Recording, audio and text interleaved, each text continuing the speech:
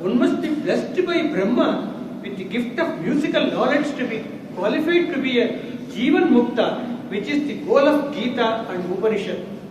No doubt, we are the blessed to be here, graced by our Lord Sai, to pay our musical homage to Tyagaraja. Today, we get the twofold blessings from both the Sadgurus, namely Sadguru Tyagaraja and Sadguru Bhagavan Satya Sai, who is also the embodiment of Nada.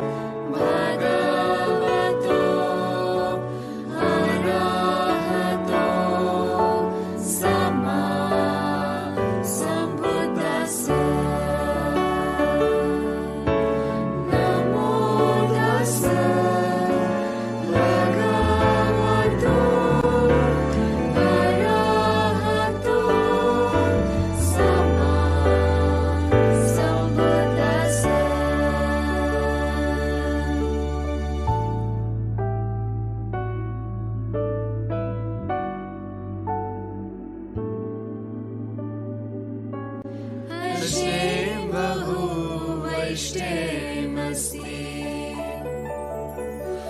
उष्टास्ति उष्टामाय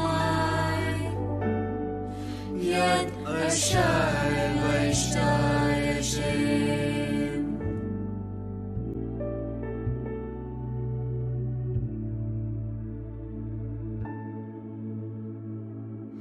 Shema Yisrael Adonai Eloheinu Adonai Echad Baruch Shem Kevod Malchuto Leolam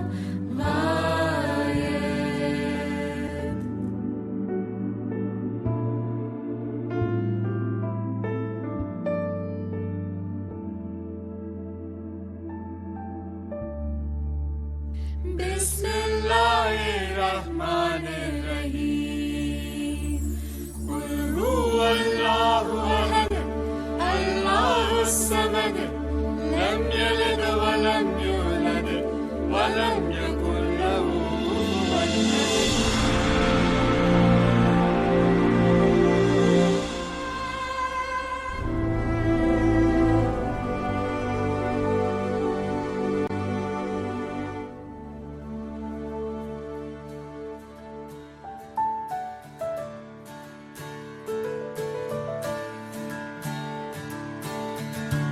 Praise God from whom all blessings flow. Praise Him, all creatures here below. Praise Him above, ye heavenly hosts. Praise Father and the Son. Praise Father and the Son. Praise Father, Son, and Holy Ghost.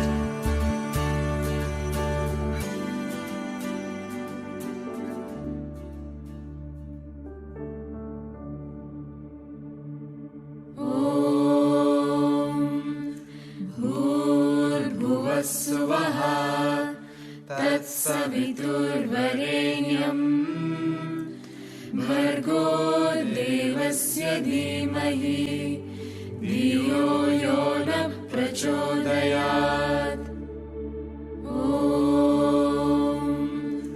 भूर्भुवस्सुवः तत्सवितुर्वरेण्यम् भर्गो देवस्य धीमहि धियो यो न प्रचोदयात् ॐ भूर्भुवस्सुवः तत्सवितुर्वरेण्यम् भर्गो देवस्य धीमहि धियो यो न प्रचोदयात्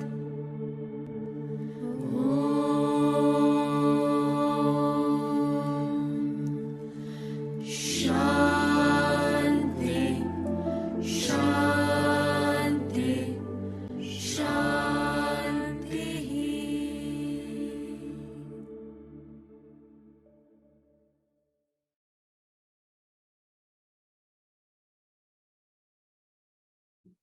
Om Sri Sai Ram.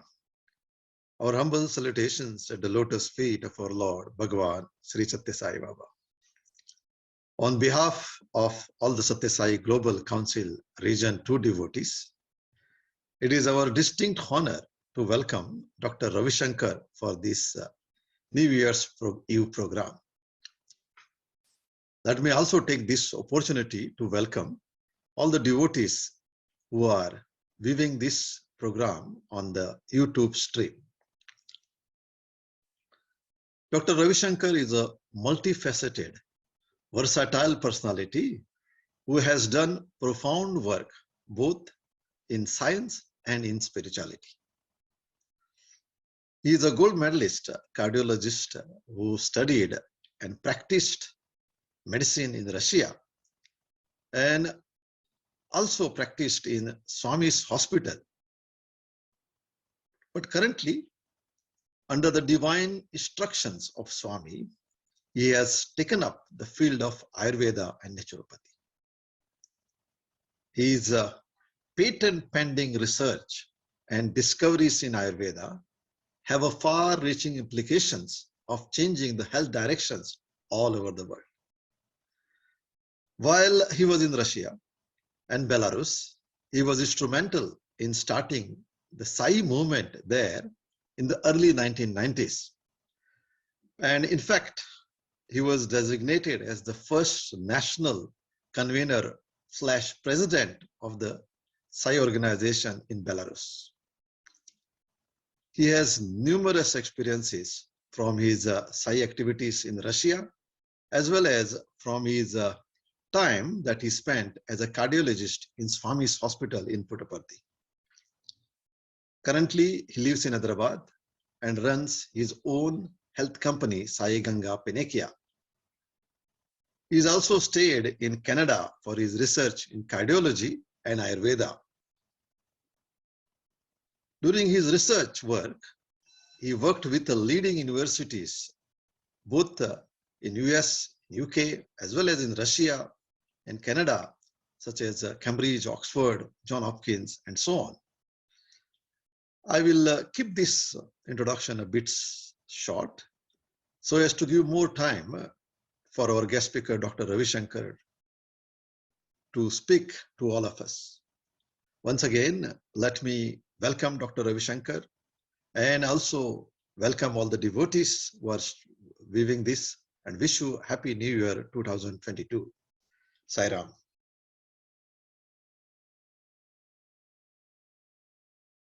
Good evening, friends. My pranams to the lotus feet of the greatest of all avatars, Bhagavan Sri Sathya Sai Baba.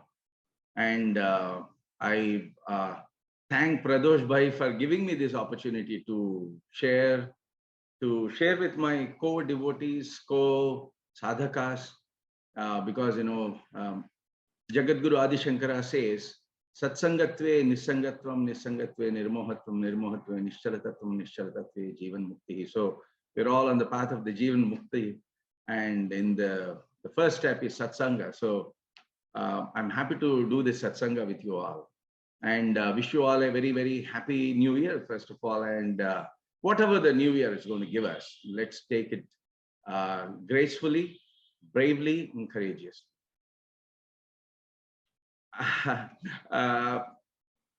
What I want to say is the Yuddham has started, friends. That's what I would say. The Yuddham has been ongoing, but I think we are reaching the actual 18 days Kurukshetra time now, where Swami had promised us long ago that he's going to help us usher into the Satyugam. So Lord Krishna has already mentioned in the Bhagavad Gita that Yuddhaya Kruta Nishchayaha. See, the Yuddham has already started. Yuddham is already decided. And he has already given us. He has already given us a direction in the form of the Bhagavad Gita. Long ago, he said, Yuddhaya Kruta Nishchayaha and Na Shochitum Hatvan Atatayinaha. Friends, look at this beautiful line. He says, Na Shochitum Hatvan. Don't even think twice to kill the Atatayis. Who are the Atatayis? There are various versions of Atatayis, but what Atatayi actually means is an animal in a human form. So the Lord has given us the direction, and Swami has, of course, fine-tuned that direction and helped us actually come all the way we have come now. So where is this war taking us? What is the target now? He says that you have to kill those people who are in human form but are possessing animal qualities. So that is the direction that Swami has already given us. That's what Swami, I mean, Lord, in the form of Lord Krishna, already told Arjuna. Now, that is the task. But what should you be equipped with, or what should we be equipped with when we are waging this war, friends? Again, Bhagavad Gita gives a beautiful answer in the chapter 12, 12th shloka. Lord says, Adveshta Sarva Bhutanam. What it means is Adveshta Sarva Bhutanam. You cannot hate anyone. That's number one. Is it enough if you're not hating anyone? Adveshta Sarva Bhutanam. If you satisfy, I mean, mathematically speaking, you satisfy this rule, and are we good enough? Lord says, no, there is a next level. It's Adveshta Sarva Bhutanam Maitraha. Look at what Lord is asking us to do. He says, when you're waging a war, and he told this exactly just about a couple of minutes before Arjuna went to kill all those Atatais in the form of his own grandfathers, great-grandfathers, his own gurus, brothers, everyone.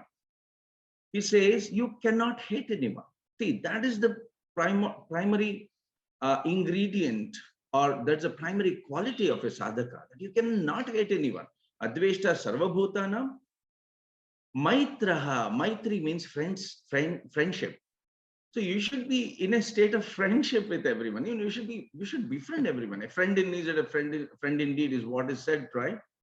So Lord is saying you cannot hate anyone. You should be friendly with anyone. I mean, how are you going to kill someone being a friend? Friendly killing. You haven't heard of it, but that's the lofty ideal, or the lesson that Lord is teaching us, that you should be befriending everyone. And is it enough if you're befriending everyone and trying to, help see if you could contribute to their progress? No, we have to do this with utmost compassion. Sadveshta Sarvabhutana Maitraha Karuna Evacha. Only with Karuna, extreme compassion, just like a mother is compassionate to her child. You should be compassionate to be able to kill the Atatai. Friends, this is what Lord is asking us to do. Adveshta Sarvabhutana Maitra Karunevacha Nirmamo Nirahankaraha Sama Dukkha Sukhakshami. And Nirmamo Nirahankara, without any mamakara and ahankara. And Sama Dukkha Sukhakshami. You should be in a state of the samatva. Sukha and dukkha should be treated equally, or you should experience the same bliss, the same divine bliss, whether you are in sukha or whether you are in dukkha. Sorry. And is it enough if you're equanimous? Or, it's not equanimous, friends. You should be in extreme, in supreme bliss while performing all your actions, is what Lord is saying. And is it enough? Is no. He further says, Santushta Satatam Yogi. You should always be happy, and you should always be in a state of yogi. So the Lord is asking us to perform everything, being in a state of not just bliss, but also happy. So what it means is bliss is related to the Adi Daivika, and Santosha is related to the Adi Bhautika. So you have to be happy on all fronts, Adi Bhautika, Adi Daivika, and Adhyatmika. And be a yogi. Santushta Satatam Yogi Yathatma Dhurda Nishchayaha Mayarpita Manobuddhi Yomad Bhaktaha Samepriya is what Lord has said, friends. So this is what I figured out in my life, that you should be in a state of yogi. You should be in a state of sama. So what do you mean by sama?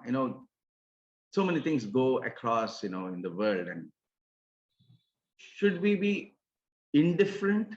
Is sama being indifferent, or sama being, what is being sama means? For this, I figured out an answer from Ayurveda, friends. And to share with you all, I never thought I remember when I was filling in my application form to get into, we all took the MSET exam to get into the medical college. I didn't even fill in the column, and there was no second choice. I only opted for the MBBS program. My dad mentioned, he was working, he was trained in the RSS some time ago. And he said, why don't you opt for BAMS? I said, no, what BAMS? Nothing. BAMS is an Ayurvedic course. So in spite of studying in Swami's school, we all were somehow brainwashed that anything that came from our ancient past is really not worthy to be contemplated. Somehow, I mean, even we, in spite of being coming out from Sri Sathya Sai Vidya Vihar, Hyderabad, we still nurtured these feelings. And I said, no, I will never do Ayurveda. I had to, I had to take up Ayurveda in the third year of my medicine. When I saw that, when I was reading actually, pharmacology, started reading about a drug called atropine, and I saw there was few benefits and several A4-sized pages, filled up with side effects, and death being one of the side effects. I was really scared, friends, really scared. I'll become a doctor in which, I could potentially give a drug. Okay, this is not Ayurveda versus allopathy, friends, but I'm just sharing my feelings as they come to me. These were the thoughts that exactly went on my mind on that fine day when I was reading this pharmacology. I said, I don't want to become a doctor who is going to, give some medicine, something in the form of a medicine that could potentially kill my patient. I didn't know whom to approach to at that time. I was still not a devotee at that time, not a devotee in the true sense, actually. Swami must have already seen that. But I then came home, I looked at Swami's photograph, and I said, Swami, please. I had all the Swami's photographs in my hostel, actually, in Russia. And I said, Swami, I don't want to become someone who will be potentially killing, with the drugs that are supposed to be curing. Then, friends, interestingly, it prompted, from my, deepest memories. I mean, I remember Swami saying in our school once, he said, Yanna Bharate, Tanna Bharate. That's what Swami always used to say. I remember these lines very clearly when I was in the third class in Sathya Sai school in the Hyderabad. And I said, okay, if there is nothing that Bharat doesn't have, then why shouldn't I be looking into the scriptures? And is there medicine in ancient India was the question. I mean, that's really pathetic, but that's what it was. I said, okay, if there is medicine, something called medicine, then I should be looking at those books. And then I recollected one of my professors on the day one when I went to Russia for this medical program, saying, you've come from India. What are you going to learn here? I said, Professor Renath, I came here to learn medicine. I said, the professor said, you have the Vedas in India. I said, no, Vedas are just mantras. If you want moksha, you can get moksha with the Vedas, with the mantras, but there's no science there. My professor, he mentioned, no, you're mistaken. See, there is science there. There's ultimate science. There's science that we understand to some extent. There's that science that we don't understand. Maybe you should have a look at it. And I was just 16-year-old, 17-year-old at that time. I was not embarrassed. I said I was pleasantly surprised that someone in Russia was speaking about Vedas. And he said, you have all the sciences in the Vedas. And but still, that just again went into a memory. I didn't really take it very seriously. I moved ahead. But then again, it continuously came back to me. The first day when we were taught the history of medicine, we all know that Hippocrates is the father of medicine, isn't it? That's what we're taught. But for Russians, he's not the one. They mentioned the first paragraph that a great sage Charaka, that's the prefix that they use, the sage Charaka hails from India, and he's the first physician who had written an entire treatise on all the diseases that we know now. He's supposed to be living at least, they clearly make a mention that he lived at least 5,000 years ago. And they also mention in the same history of medicine book, in Russian, friends, mentioned the first surgeon comes again from India, And they mentioned that, you know, we are fortunate that we are all friends of India. And I mean, we means in Russians, friends of India, and our friends did plastic surgery at least 5,000 years ago. And the greatest surgeon, the father of surgery in our Iron Age, they clearly mentioned the Kali Yuga as Iron Age is what is mentioned there.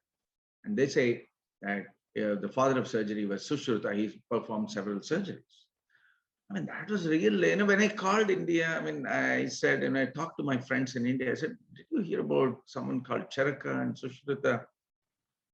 I said, you know, one of my friends, you know, he said, Charaka, I know, the only Charaka that I know is with the one we fly kites. That's what, I mean, that's how we were completely brainwashed, unfortunately or fortunately. And it all recurred. I mean, when I was looking at Swami's photograph, Yanna Bharate, Tanna Bharate, my professor saying everything there is there in the Vedas. And then I looked into the history of medicine book. I went to the library. I asked the librarian, I said, see, I want some books in Indian medicine.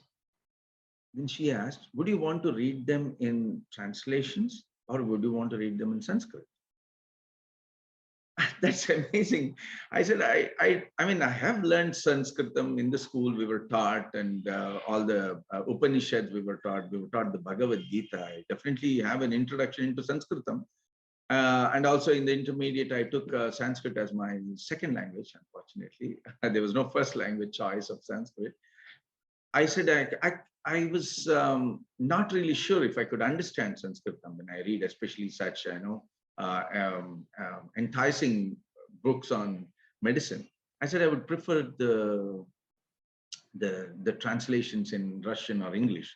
We have all translations in English, in German, in Russian. I picked up the the English translations, and then I started reading them. I mean, without going too deep into how I started decoding, how this study compelled me to go deep into understanding Sanskritam, friends. Sanskritam, I should just definitely mention a phrase here about Sanskritam.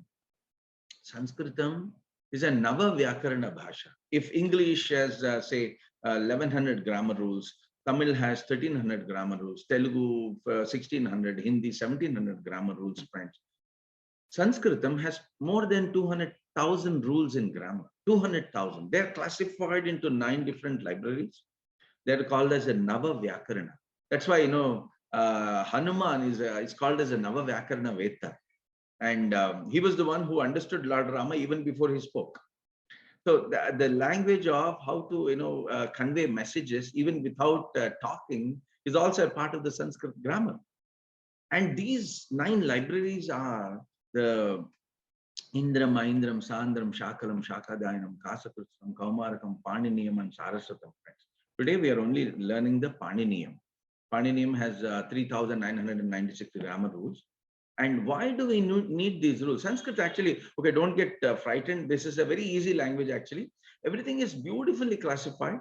And it's very, actually, I mean, that's what I figured out. It's very easy to learn Sanskrit.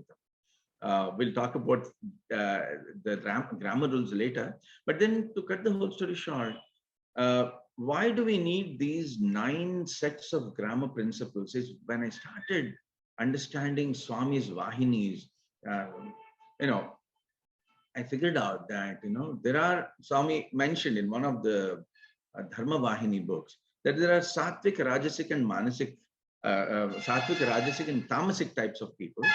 And Sattva, again, could be in a Tamasic Sattva, it could be Rajasic Sattva and Sattvic Sattva, and hence Tamas and Rajas also could exist in 3 different states. So in all, you have 9 different states, friends, and hence you have 9 different grammars.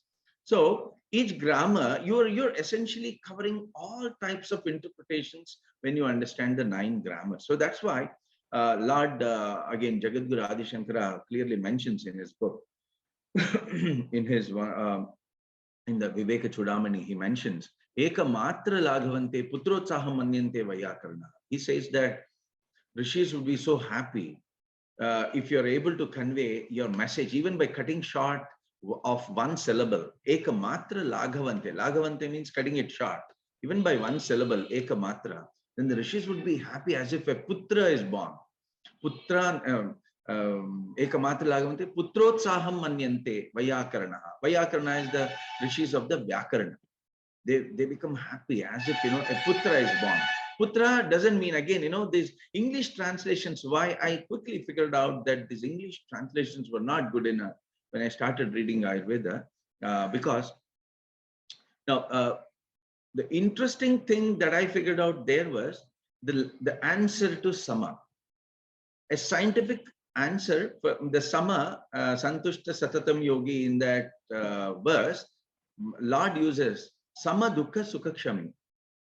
And what is can sama be quantified was another question that I had during the course of my last 28 years of Ayurvedic understanding. And yes, it can be quantified.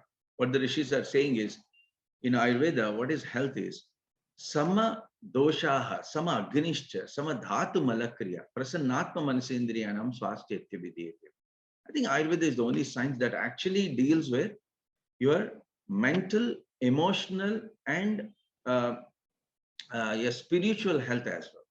Because what this verse translates into is, when you bring about the samadosha, so we end up with prasanna atma, prasanna manas, and prasanna indriyas, and everything is again quantifiable. What is prasanna atma? Being in a state of sayujya is prasanna atma.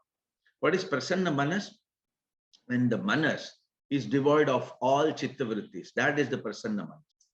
Prasanna indriya is a state when you end up with shama, dhamma, upariti, titiksha, shraddha, and samadhi. Then your indriyas are said to be in a state of samatva. That's how beautifully our scriptures already mention about what is health. And what happens when you bring about these three doshas in balance is, you end up with swasthya. Swasthya means swasthanam shirite itihi swasthya. You attain the swasthanam. Swa means atma. So the purpose of Ayurveda itself is going back to God, actually. Beautifully again given in our scriptures, friends. So why Sanskritam again is because you get this multi-dimensional understanding. You apply one sutra for understanding from each of the grammars, each of the 9 grammars, to understand each of the matras. You end up with 9 meanings for each matra. Each syllable would have 9 meanings. And if a word has 2 matras, you end up with 9 to the power of 2 meanings, friends. That's how our rishis effectively conveyed in this language of Sanskritam, which I figured out, while reading the original books of Sanskrit of Ayurveda. The journey started, in this way, but it was all Swami prompted at every step.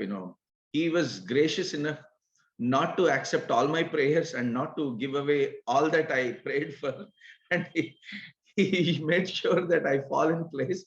I tread the right path by not, granting all that I wished, friends. Now I realize that, oh my God, had he granted me a seat in Usmania, I was actually adjudged 637th rank. I mean, I got a 637th rank, and I felt insulted. I said, I should have been in the top 10, which I always was. And I did not get the right marks, and I went on to sue the government of Andhra Pradesh those days at the age of 17. And I said, no, because that fight was, maybe that fighting spirit was always there. The Yodha in me was always awake, but he was fighting the wrong ideals, Then I wanted to leave India, because I said, if I don't get my marks, if I don't get into where I should be going into, the Usmania Medical College, because that was the topmost, and that was like Harvard for me those days, actually. And but I was getting into a college some 300 kilos away, also government, but that's something that people choose when they're left of no options. So I felt insulted. I said I should just leave India. And I did leave India at that time.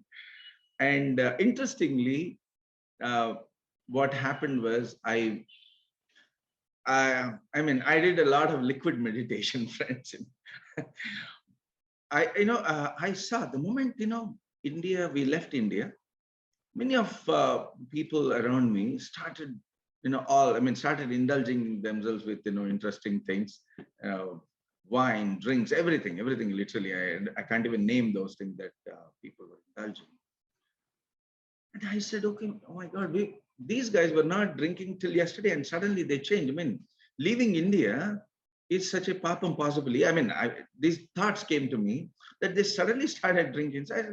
And then I thought again, they're going to just stop it after tasting and testing it, but it didn't work out. I said, what is so fascinating there that, people are not able to live it? Then I started drinking, I started testing, and I can't even share all those things here, but I drank, I smoked, I tested everything that is possible.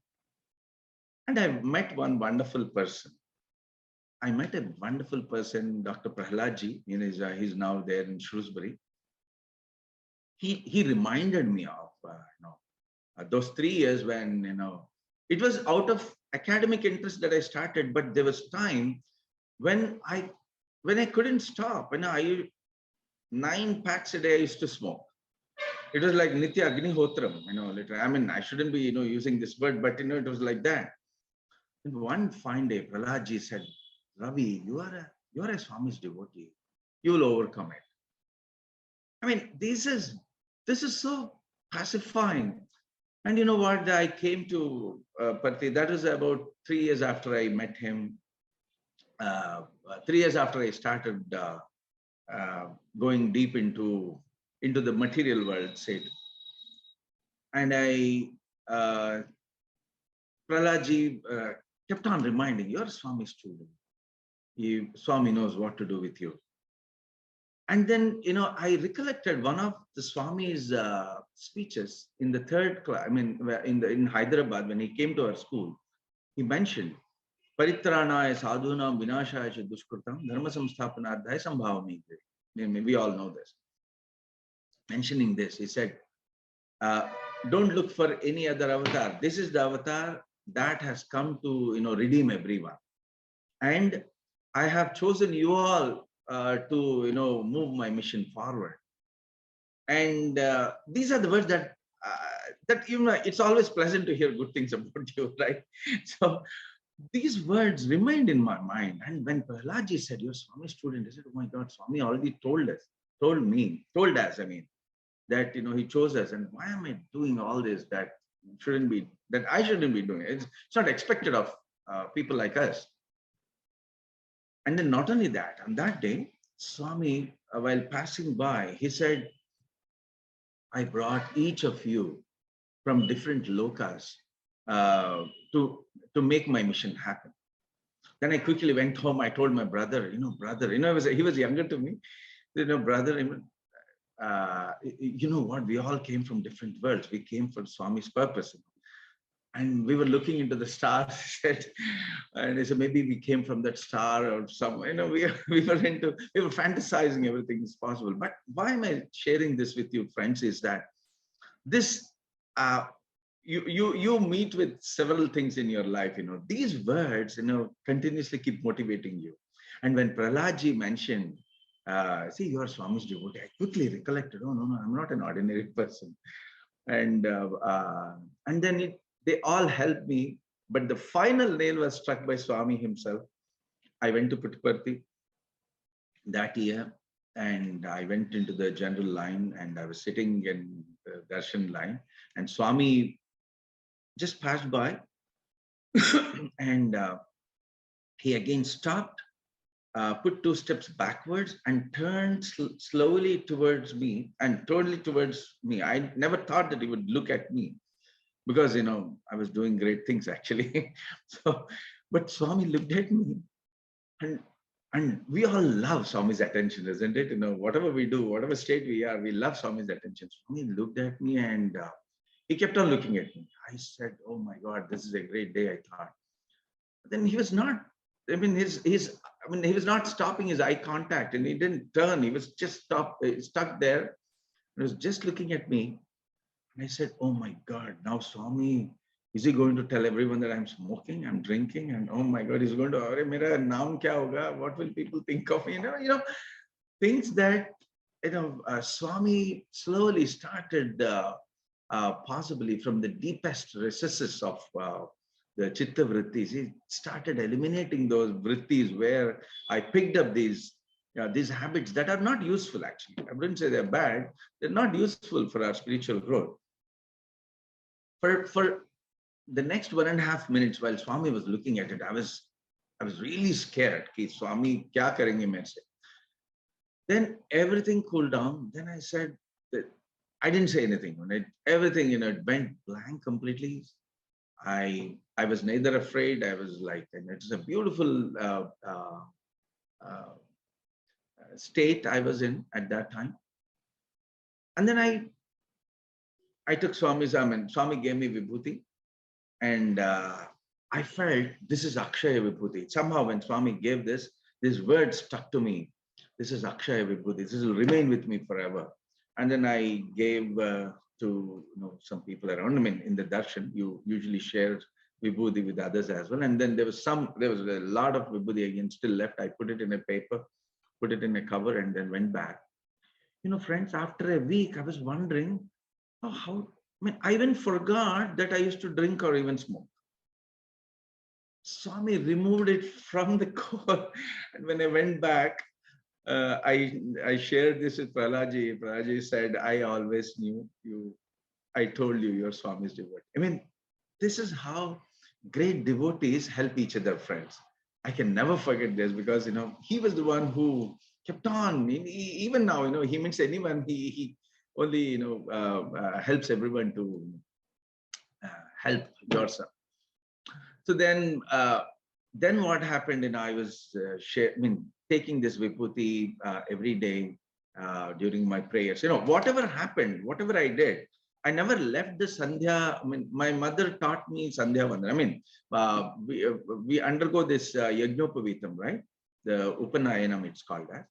That ritual I went through. So I was doing the Sandhya Vandanam every day. Whatever I did, I never, I continued doing that. So I continued doing Sandhya Vandanam. But suddenly after that, Vibhuti came. Swami came to me in the form of the Vibhuti. He was with me always. I started doing Suprabhatam early in the morning and every day putting this. I literally in the next 1 month, I completely changed. Completely. In the hostel, I was like, I stopped eating. I used to taste non-veg, and then Prahladji also said once, if you eat meat with great interest, you will never ever get moksha. I was really afraid at that time, and then I stopped everything. Even Swami helped me stop everything. Started doing prayers. One fine day, I said, Swami, this vibhuti will last only for 1 day. Please, I need a refill. I said. There was Swami's picture in my, the beautiful picture that you have, Raghavendra Bhai. I have the same thing, I had the similar picture in my hostel room. And I just humbly submitted to Swami, ki, please refill kar do. Then the next morning was Sunday.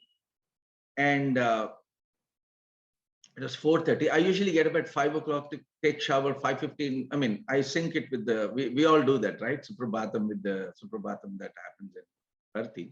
So but that morning I got up at 4:30 and I quickly took shower and then opened the packet that where Vibhuti was supposed to be. There was no Vibhuti. I said, it cannot happen, Swami. This is Akshaya Vibhuti. That's what at least I felt at that time when you gave me. And I thought then maybe, now I got up too early that day because the routine time is at, I usually routinely wake up at 5:15 and then today it says 4:30. So maybe Swami is waiting for that moment. I waited for that and I did some more prayers, and when I looked at the Vibhuti, when I looked at the packet, it's still empty at 5:15. I said, it cannot happen.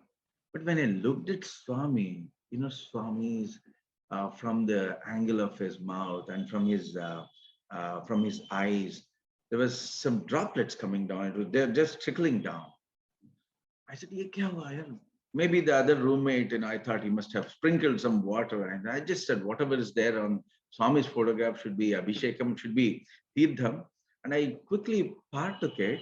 And as I touched it, it was looking like, I didn't doubt, it was Amritam at that time. But then when I touched it, it was just like water. I said, okay, whatever it is. And I started, as the hands neared my mouth and the fragrance of divine Amrita started coming, I put it on the tongue. I realized this is, oh my God, I asked for Vibhuti and Swami gave me Amritam. You know what? Then I'll tell you something that really changed the course of my life completely. Then I told my friend, Ashok bhai, ud jao, abhi Swami idhar aaye hain. He was sleeping at that time. It was 5:15 in the morning on Sunday, and that too. Arey yaar, abhi to 5:30 hi baja hai. Please don't wake me up. I said, no, Ashok, sir, Swami is already here. Swami is, dekho, Amrit aaya hai. Main Amrit baad mein dekh lunga. Please let me sleep. No way. See, 7 o'clock, there's going to be bhajan, and we need to be prepared for that. There are more than 13 hours now for 7 o'clock. No, 7 a.m. I said, not 7 p.m. So I quickly, I used to read well, so they all used to, oh, maaf kar dete. They used to forgive my, excesses sometimes. So usko main jaake, I picked him up, put him in the shower, and I said, until and unless you take shower and come back, I won't even open the bathroom. But he forgave me, of course. We prepared the room. At 7 o'clock sharp, we started the bhajan. Somehow a feeling came to me, all the devatas will come. And because, it's a wonderful, somehow it felt so wonderful that Swami's Amritam came. So our Swami cannot come alone. Swami must have come with his devatas. When I was singing there was no other singers, and I quickly knocked. A couple of Indians joined, and then there were 7 or 8 of us Indians, but they didn't know any of this bhajans. So I, with my whatever knowledge I had of bhajans from my school, I started singing the Ganesh bhajan, then the Guru bhajan, then the Mata bhajan. And the Mata bhajan, few voices that joined me. That joined in when you sing bhajan, the first line, the people sing after you, isn't it? People started singing after me. I felt, oh my God, these are the devatas singing, because I never thought that someone else would join, because none of the Indians knew those bhajans. Then as the bhajan progressed, I always had a habit that when I close my eyes, for bhajans, I open it only when the arati starts. So I continued the same habit. And we sang bhajans. As the bhajans progressed, the number of voices increased. And when the arti time came, I wanted to see what is, if the room was filled with devatas or someone else. And I looked back, the room was completely filled with Russians. Russians in a foreigner's room in 1992 is actually sedition. You cannot meet a foreigner because they're going to be, tried, for treason and sedition. Those were the laws those days, until Russia broke down, of course. So, because, Russians, to meet a foreigner, we need to get a permission from the Ministry of External Affairs on Friday, and then mention the purpose, why they're going to meet me.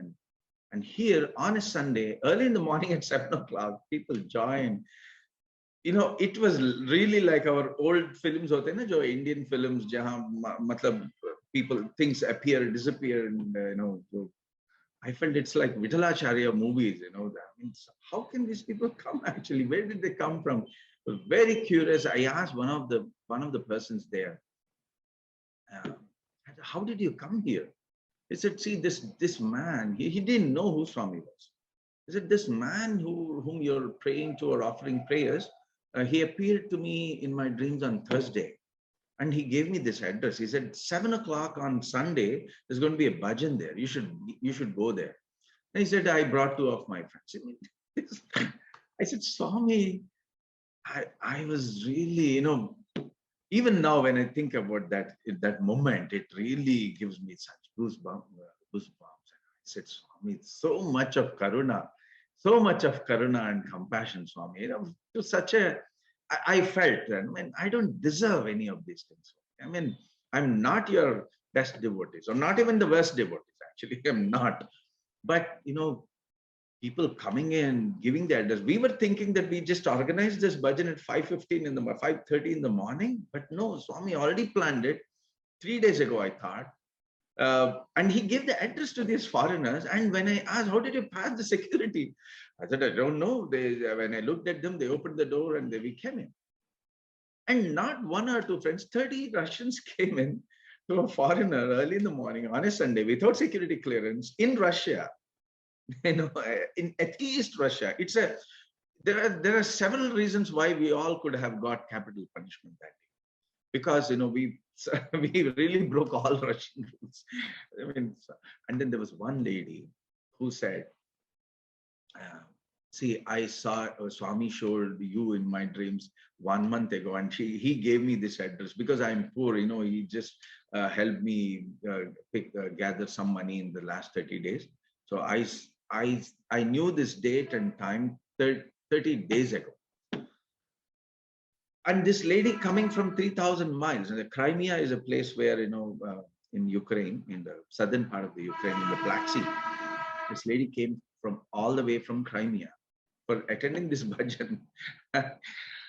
Oh my God. What Swami cannot do is something, he completely changed. I said, Swami, I will not leave you, Swami. Thank you very much for all this. Then I told them, confessed to them, see friends, till a month ago, though I studied in Swami school, I'm not worthy of his school, and I'm not even worthy of any of your love, because they were thinking that I'm kind of some apostle.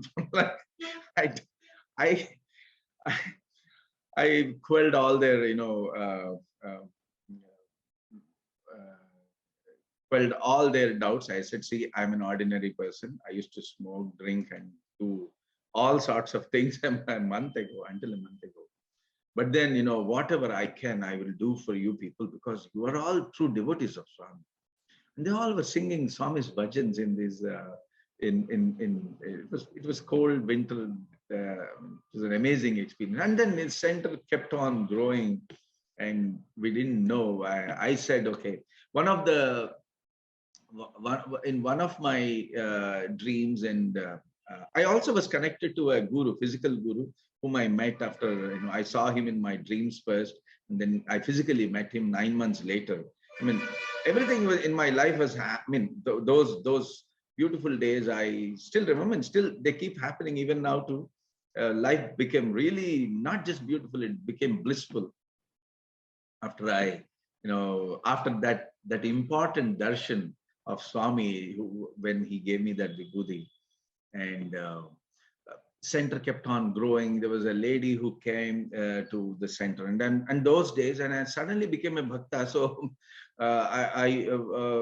with Praladji, we printed some Swami's photographs, because there were no stores, and so we printed Swami's pictures and started distributing them to devotees, of course. And there was one new lady who came one day, and she asked me. I gave her Swami. Every new entrant into Swami's center. My hostel room became the Swami center first. Then within a month, interesting things happened. I'm just sharing that. This lady came, and then I gave her the picture of Swami, and she asked, "Who are you? Who is he?" Then I said, oh my God, how do people don't know? He is God himself. He's come in the human form. He's God, I told him. Then there was another lady.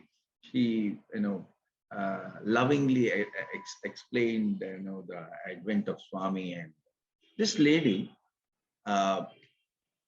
kept Swami's photograph in her purse. And those days, Russians used to go to Germany to,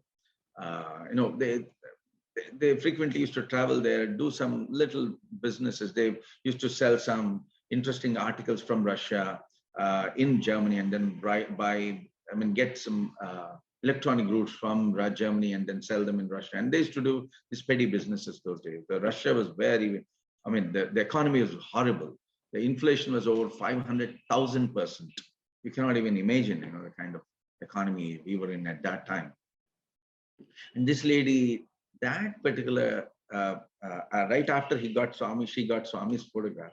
She went to Germany, and that instance, I mean, that particular trip, she made a lot of money, and she was coming back from Germany with that money. And Poland, Poland was full of the bandits those days. In Poland, her bus was stopped by gunmen, uh, and they all started looting everyone. This lady said, "Oh my God, what do I do now?" She said, "Oh God, if you're there, please help me now."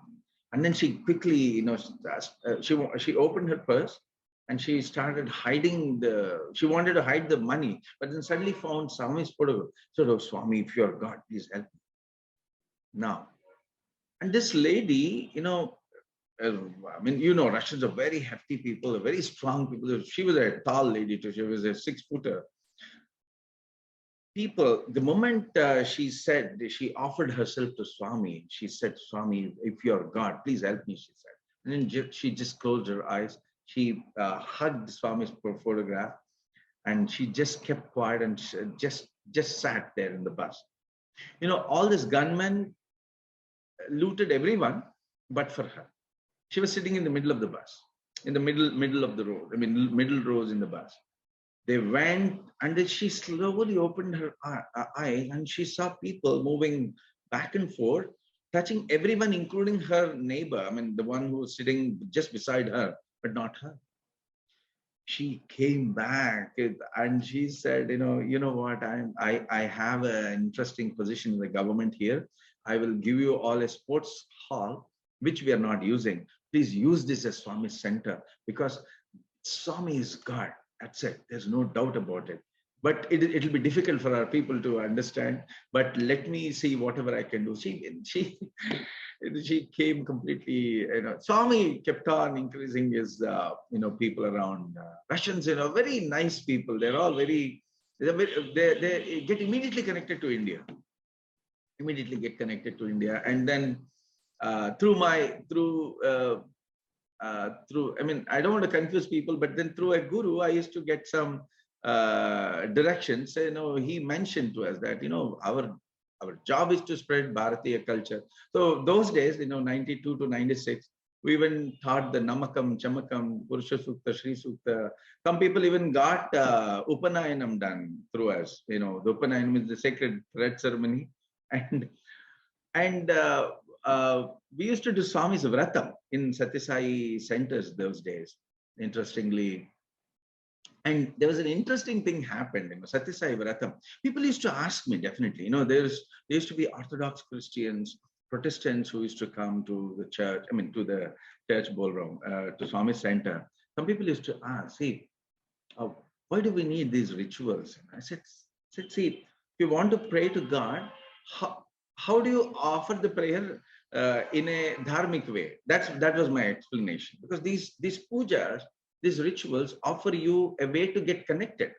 Because not always is not always do we maintain purity of the heart or purity of the mind. How do you these mantras help you? These rituals will help you align your mind with God. You help overcome, and these mantras help you overcome the chitta vrittis. That's what that is why we do these rituals. And many of the Russian, majority of them used to like these rituals, this puja, the arti, of course. And there was once in a European, we were a part of the European Region 3, and suddenly one fine day a letter came to me addressing, because we became the part of the European Region 3 after some time. But one day a letter came to me. We still didn't know that about the Sai organization, actually, the way Swami grouped these regions, grouped the whole world into regions. A letter came to me in which he said, to Ravi Shankar Polisetti, address of the hostel, and then mentioning it as the president of the Belarusian Sai Center. And then I was reading that there was the charter and guidelines of the Satyasai organization, in which Swami clearly mentioned. Swami mentioned in one of the speeches, it was mentioned in the booklet, that in foreign countries, the foreigners should be the heads of the president. I mean, should be the presidents of the center. So I immediately resigned. I said, Swami, I didn't know this. I suggested a lady, they were very devoted Russians, and I picked up one of them, and then I suggested her name, but she didn't accept. She said, we don't know anything. I said, even I don't know anything. I'll teach you whatever I learned in the school. And we kept on sharing a lot of during the satsangas. And after a year, I went to Swami. After all this happened, centers kept growing. I used to be I used to be invited to several places. Wherever I went, we used to install Swami's photograph, do bhajans, and officially declare that the center is started.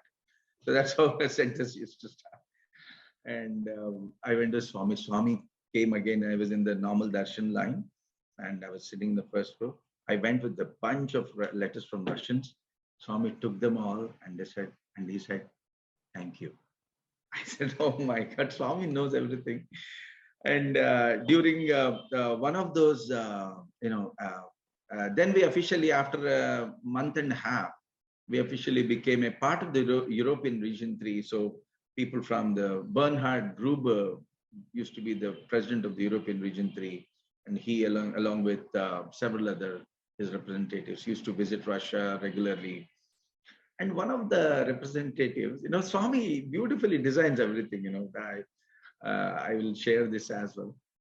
Designs everything, and he knows exactly what to do, when to do, how to do things. So we were doing the puja, and suddenly the European delegation visits us. Then we were doing the puja, the Satyasai Vratam.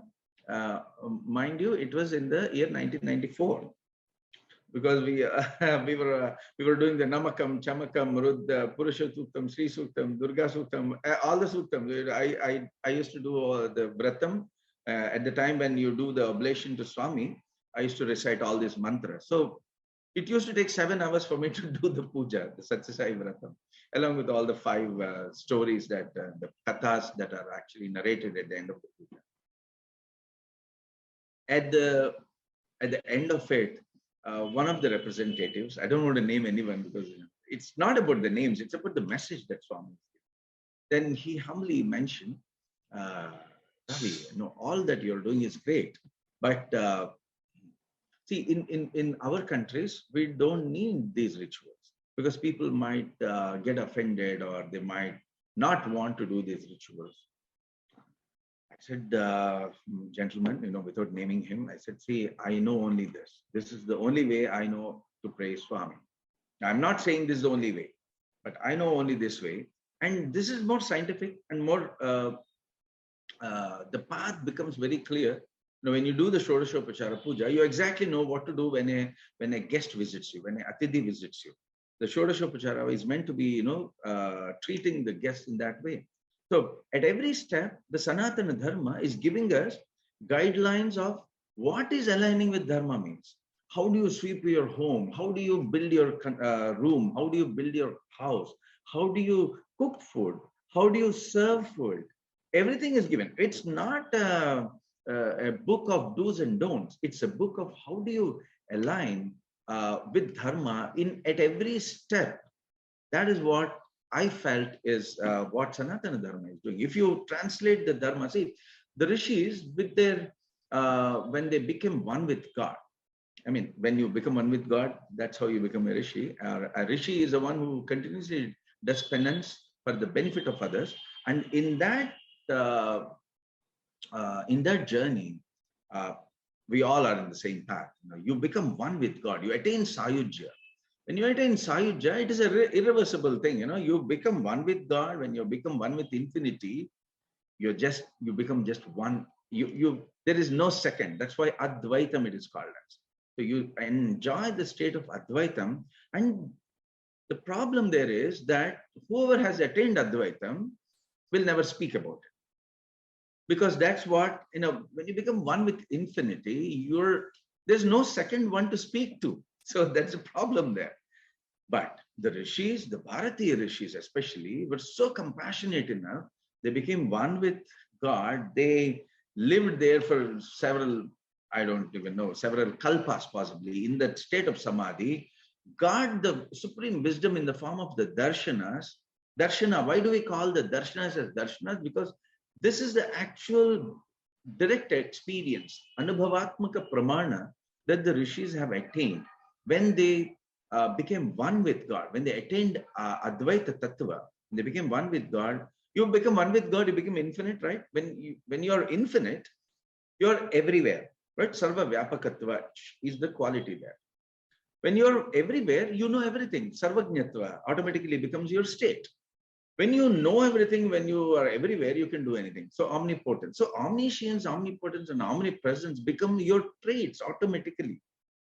So sometimes I hear, I was in a state of dhyana, I figured out this, you don't, it's not like it's not like a public toilet. You go there, you relieve yourself and come back. No, you go there, you be there. You will never come back, actually. So that's why in the Sanskritam, Jagadguru Adi Shankaracharya mentions, Yatho vacho nivartyante aprapya manasa saha. What is saha? Raso, saha. We always refer to God as saha. Saha is that. What is that? Yatho vacho nivartyante. That which cannot be explained by words, and aprapya manasa saha. That which cannot, that which cannot be fathomed with your mind. It is beyond your mind. So when you're with God, when you're in the state of Sayujya, you're not thinking. People think that when you think about God, you become God. No. When you don't think anything, you become God. So that's a trick here. So those rishis who have attained that Sayujya, out of their utmost compassion to the other beings, they came back again into the, this world again, the form of rishis. They gave us the darshana so that, we understand the path and tread this. And they translated this knowledge. It's not knowledge, it's the supreme divine wisdom that they attained was translated into several aspects of the Sanatana Dharma. That's why Swami always talks about Sanatana Dharma, isn't it? So the rishis translated this knowledge into the language, if you translate this, say, being one with God is aligning with God, your manasa vacha karmana. And when you translate that into the language of health, it becomes Ayurveda. So Sanatana Dharma gives various samhitas. Okay, samhitas are different texts, actually. We'll come to that. This darshanas, they're translated into economy to become the Ardha Shastra. They're translated into the language of chemistry. To understand chemistry becomes the Rasavadam, Ganita Shastra. All these Shastras and texts, spiritual texts, and also scientific texts came from the original darshanas. That's why darshanas have the highest authority in the Sanatana Dharma. I kept explaining this to this European gentleman, that out of great compassion, these Bharatiya rishis came down to earth to give us knowledge so that we again, apply these principles in our day-to-day life, and so that we align manasa, vacha, karmana. We align, Swami always gives us watches, right? Word, action, thought, character, heart. What he's saying is, when whatever you feel in the heart, you should bring up into your mind. When you bring up whatever you think, you speak, whatever you speak, when you walk your talk, you're aligning yourself, all the panchakoshas with the supreme dharma. How do you align that? In each and every step of your human interaction is what Sanatana Dharma teaches. And this is how the pujas came into existence. This is how the yajnas, the kratus, yagas came into existence. I was just explaining this to this European gentleman. But then he was not convinced. He went to Swami. He complained about me to Swami. And then luckily, he was a very honest gentleman. So he said, Swami Ravi is starting a Sai religion. He's formed it into he's converted this into a cult. He's doing yajnas, pujas, namakam, chamakam, vedam. He said, Swami, this gentleman came back, wrote a big letter. He narrated all this. Then at the end, Swami said, that's good. That's exactly what I want, he said. So we got attestation, from the Supreme Authority of Swami to do the pujas, the yajnas. So it all went beautifully, friends, 4 years there. And then I came back to India. Swami then, in one of the first interviews after he came back. He told one thing. You were always worried about your marks, referring to my, ordeal in the MSET, because I sued the government of India at that time. By the way, just before that interview, a month before I went into that interview, I won the case and I was adjudged 8th rank. I got my 8th rank, which I always, I always stood either 8th or 9th in the state, those days. So I got my marks back, I got my rank back, but they meant nothing for me. I knew that it was good that it all happened. The corruption happened. In that corruption, my marks were given to someone else, and I got someone else's marks. But my destiny to become a Sai Bhakta didn't change, and Swami helped me become an instrument there in Russia.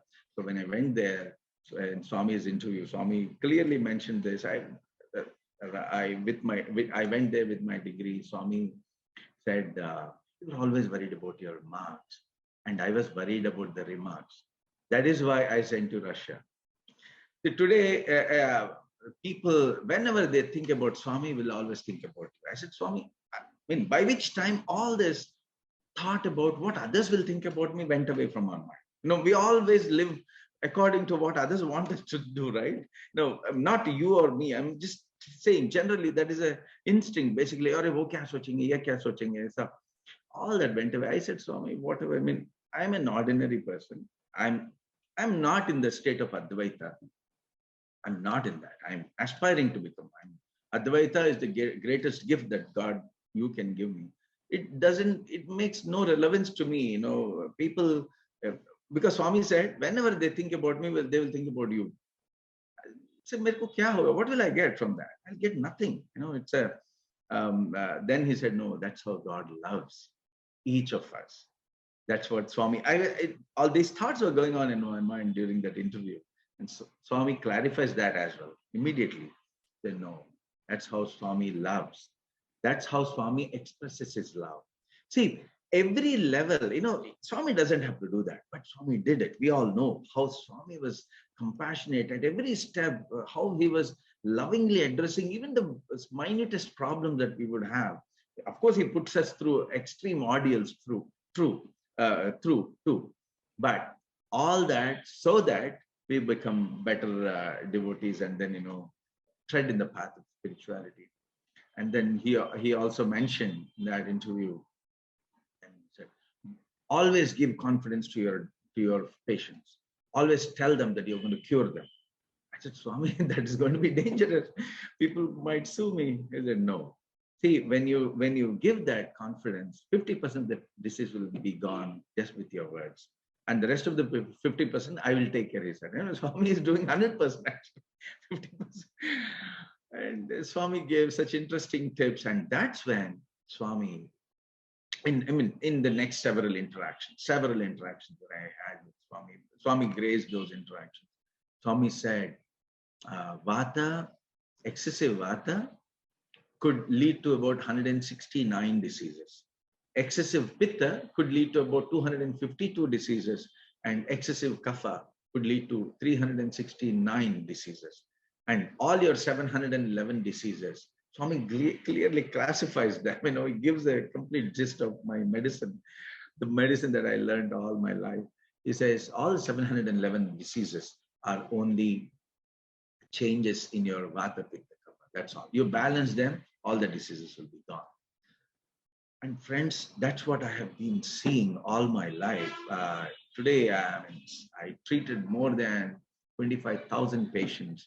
And by Swami's grace, by applying properly the scientific knowledge that I derived through understanding Vata, Pitta, Kapha through my animal experimentations, I figured out what are the correlations of what do Vata and Pitta and Kapha correlate to the modern science. I was able to come up with a beautiful, maybe the original Ayurvedic science in a newly packaged version, which I call it as polyscientific Ayurveda. I understood what they are, and I understood the impact of how the balance of Vata, Pitta, Kapha leads to not just treatment of health, friends, treatment of disease, but I saw how hearts completely regenerate. regeneration of organs is a big, big funded research across the world. And the key to these fundamentals are already given in this text. And I have already verified in 2009, when I created, I was the first in the world possibly to demonstrate total regeneration of the heart in experimental animals in which we created heart attacks. We created MI, myocardial infarction, and then by giving those herbs in a certain proportion and in a certain form of extraction, which will actually bring about a balance of Vata Pitta Kapha in the heart of those animals, we were able to demonstrate total regeneration. And this idea again came from one of the Swami's discussions again in the veranda. There was one Swami came to us, in the veranda, on the veranda, those days, with the doctors, it was like rounds a chief physician would do with his junior doctors. Swami was asking about one of the patients. I said, how is that ex-patient? I know the name, but I don't want to reveal the name. It's not right. It's not, it's against the medical ethics, so I'll just follow those ethics. So Swami is asking about an ex-patient. And one of the doctors, interventional cardiologist, Dr. Keshav was there. He said, Swami, that patient, we have to do a bypass surgery. There's no other thing that we can do. All the vessels are blocked. That's when Swami said, oh no, you surgeons, you have a scalpel in your hand, and you always want to cut something or the other. That's not how I created. Swami immediately assumed this, not assuming, he's always in the Advaita Tattva, in his original Purusha Tattva. And he immediately said, that's not how I created the world. Wherever there is a problem, there's a solution right beside it. That's what Swami said. And we didn't really understand the full meaning of what he said. So we all went back. And interestingly, when we did an angiogram again, this patient, all the three main arteries were blocked and he needed a bypass surgery. But then when we did an angiogram again, we saw a natural bypass occurring in his patient. And there was no need for an operation. We thought it was Swami's miracle. And then we left it at that. But then, there was once Swami came a little late to the darshan and he said, no, I had a heart attack.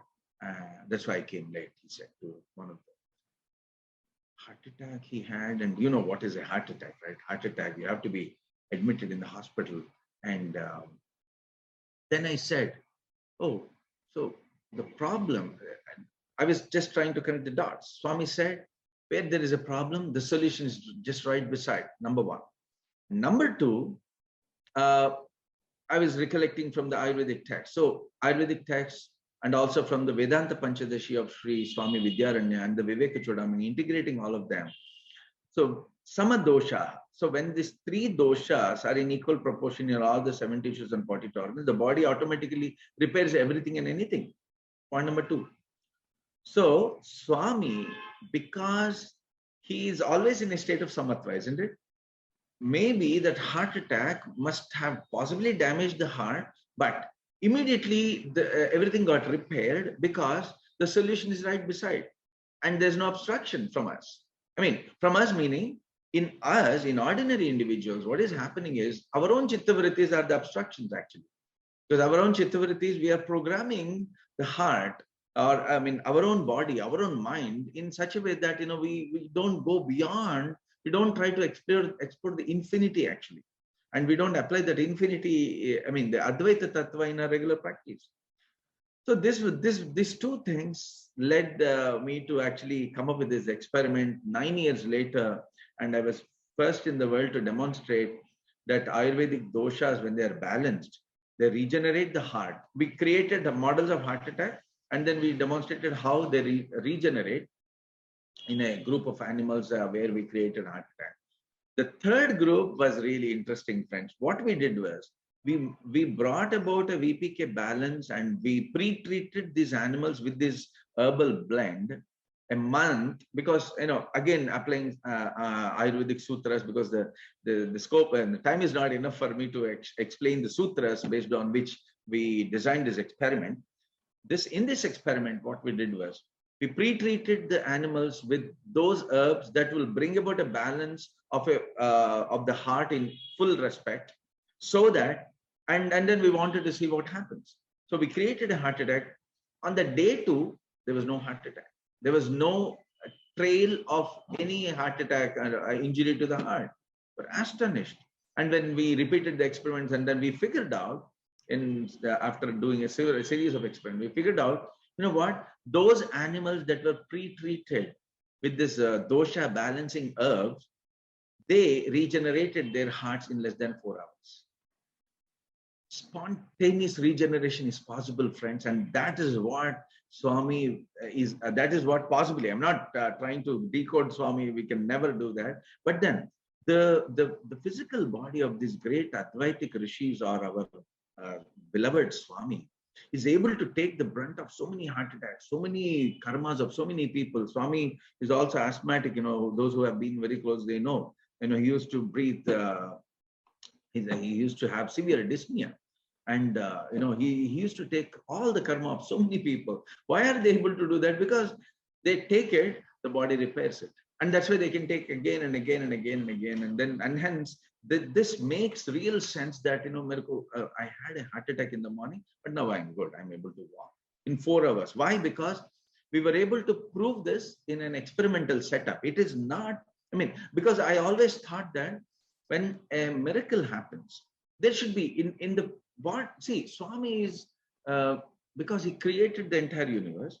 He will never go against his own principles. He will have to follow not that he must, but he will definitely love to follow all the principles. So there should be some natural physiology that will be helping and augment the spontaneous regeneration. Was the thought that I had when I looked at Swami, when he said the solution is right beside. When there's a big experiment that we did where I understand what is that solution, how do we effect that solution, what is obstructing that solution, that is right beside a heart attack or a tissue injury or a kidney failure patient or a brain injured patient. Why is it not getting, repairing the body is all that I figured out from those experiments, friends. It's been a real wonderful journey. Swami not only enriched my understanding of this physical world, but also of the spiritual world. It started with, of course, spiritual world first, understanding in the mind. I have not yet attained the Advaita Tattva, and many people, I keep clarifying this to many people. Some people, I met many people. Some of the sadhaka, they get confused sometimes. They come to me. They say, "Oh, you know what? I was in the samadhi in the morning." I said, "It's not.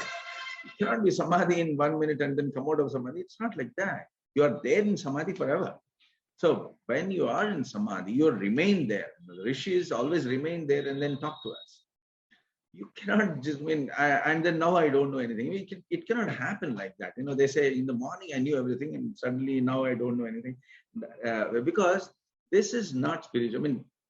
Our mind creates such illusion out of its own ahankara, this ego. So that's why I keep telling people. So there's one testimonial. How do you verify that if you have attained samadhi? How do you verify it? Very simple. You have to be omnipotent. You have to be omnipresent. You have to be omniscient and omnipotent. If you are able to prove this, then you're one with Advaita Tattva. So all this, this and many other clarifications Swami gave me all through this life, friends. It's been a wonderful journey, and I could share some of these experiences. Because of paucity of time, I want to stop here and wish you all the best. But please remember that Yuddhaya Kruta Nishchayaha, the Yuddham has already started, friends. And in this Yuddham, because I see, I meet several people, politicians, several people, somehow I see people developing animosity against others. thinking that, to protect Sanatana Dharma, you have to wage a war against some other community. No, friends. Even if you want to wage a war with other communities, no problem. Because if you feel that they're not aligning with Dharma, but what is the primordial ingredient as a characteristic that we should all have is Adveshta Sarvabhutana, can never hate anyone, should always do anything in a friendly manner and with utmost compassion, friends. And Swami, we don't have to, I don't have to teach you, or I'll just, I'm reminding myself when I'm talking all this, that Swami mentioned this, love in action is Dharma, friends. That's all. Nothing can, actually explain Dharma more better way than what Swami gave us all the while. And thank you very much for giving this opportunity to share, interesting things from my life, friends. And I feel that this is our Dharma to spread the message of Sanatana Dharma, friends, because Sanatana Dharma, we got a beautiful smoothie in the form of these samhitas of rishis, which can really cure. I mean, if you apply the Sanatana Dharmic principles in the field of health, you end up with superb medicine that will really cure diseases. So today, by God's grace, Swami's grace, I'm able to cure diseases. Several incurable diseases, I tell them, go to your GP first, and then if they reject, then come to me. I used to tell in Moscow that, so for petty health issues, don't go to Swami, don't waste his time. He has set up a branch office in the form of, this Ayurvedic Samhitic knowledge. So I used to tell many of my Russian friends there, and they used to get benefited. And I feel strongly, friends, it is our duty as Swami's devotees to translate the language of Swami, translate the knowledge of scriptures into every aspect of human, business, social, societal interaction, because today that is very, very important. And it is our duty, because we are Swami's devotees, and this is on us to bring this beautiful knowledge of the Ganita Shastra, of the Ayurveda Shastra, of the Bharadwaja's Samhita, superb physics, superb construction of several flying machines. The Ganita Shastra, the Agastya Samhita deals with chemistry, advanced chemistry, friends. I mean, we cannot talk in just one session of how advanced these are sciences, because I read most of these scriptures and I figured out such advanced technologies are just available to us. But and I feel that as Swami's devotees, it is our responsibility to see what we could do to bring them into the fore. And with this, I want to end this. Thank you very much for this opportunity. Jai Sai Ram. And I wish you a very, very happy New Year.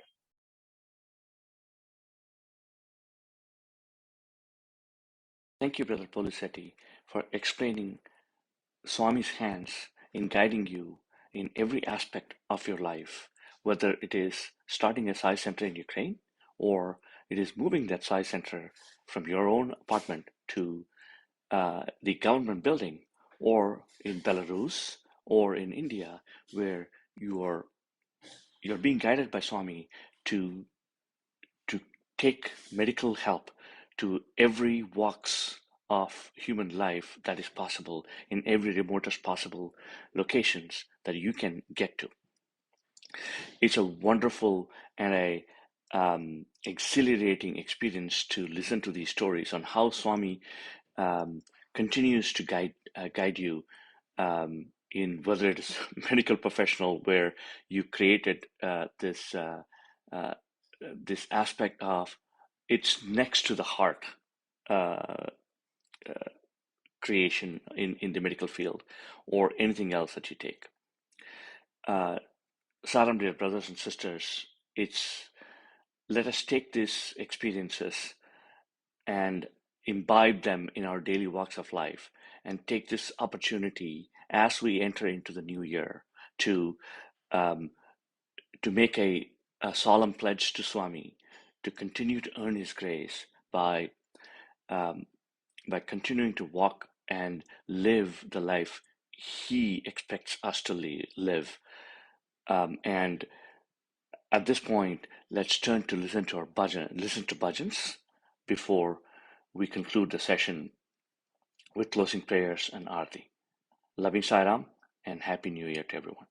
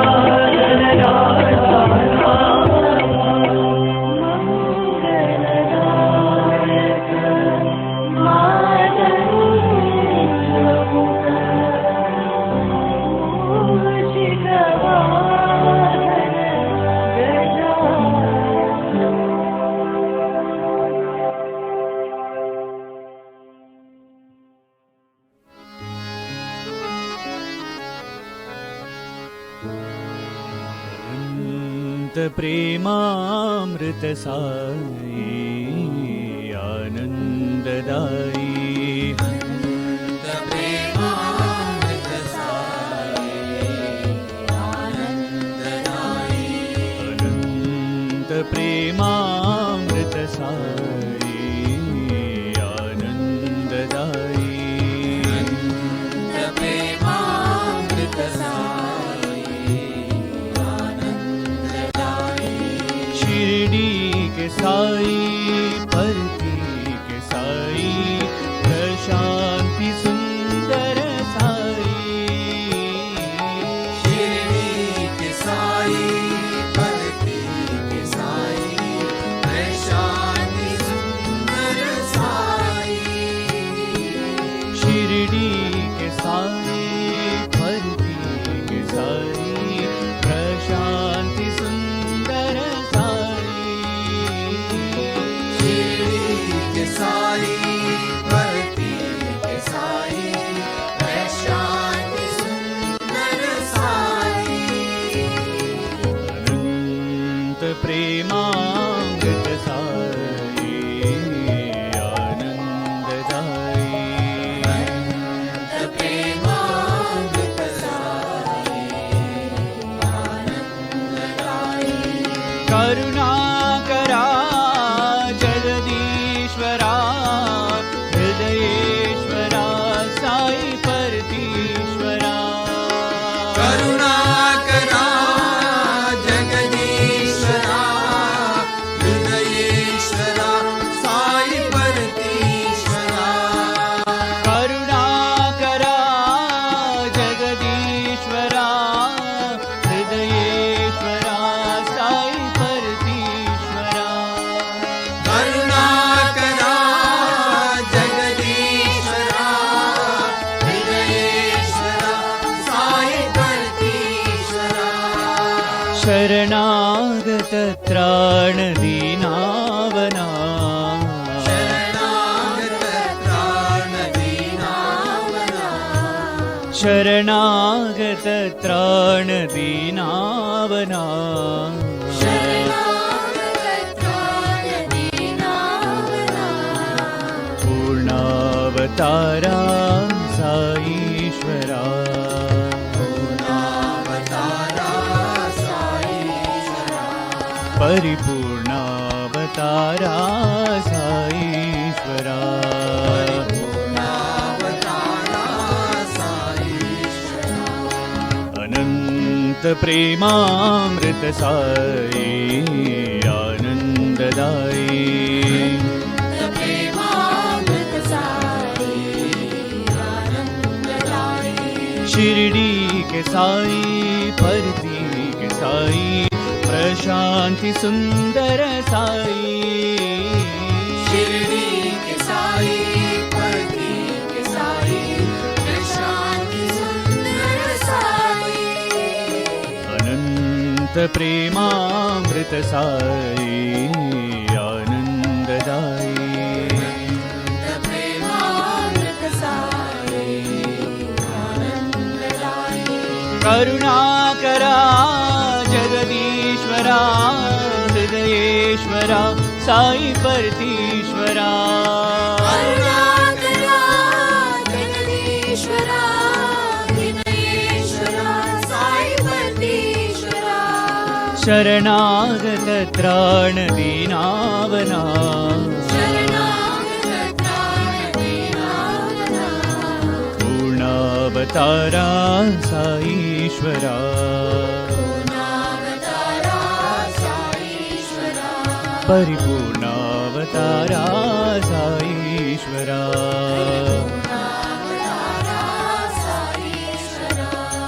अनंत प्रेमामृत साई आनंददाई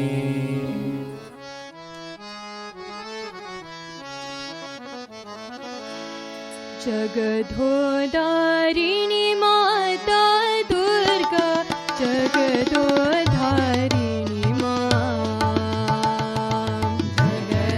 जगदोधारिणी माता दुर्गा जगदोधारिणी माँ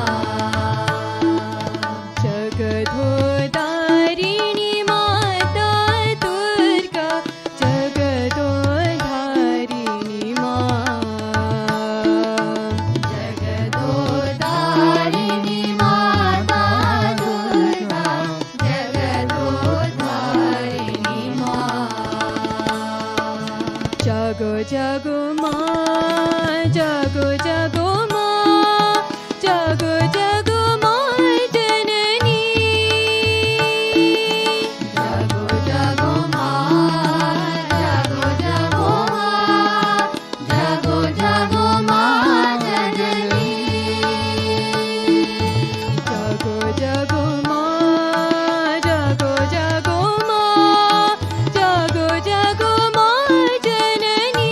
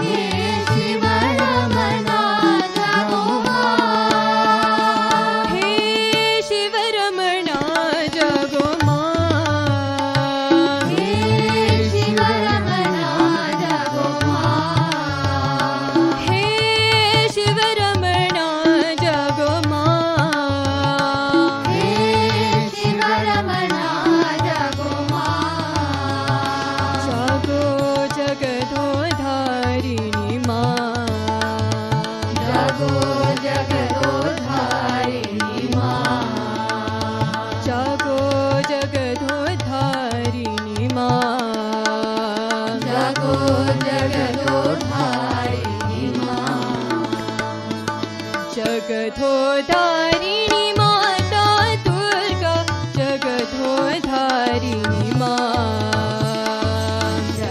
जगधोधारिणी माता दुर्गा जगधोधारिणी माँ जगो जगो माँ जगो जगो माँ जगो जगो माँ जननी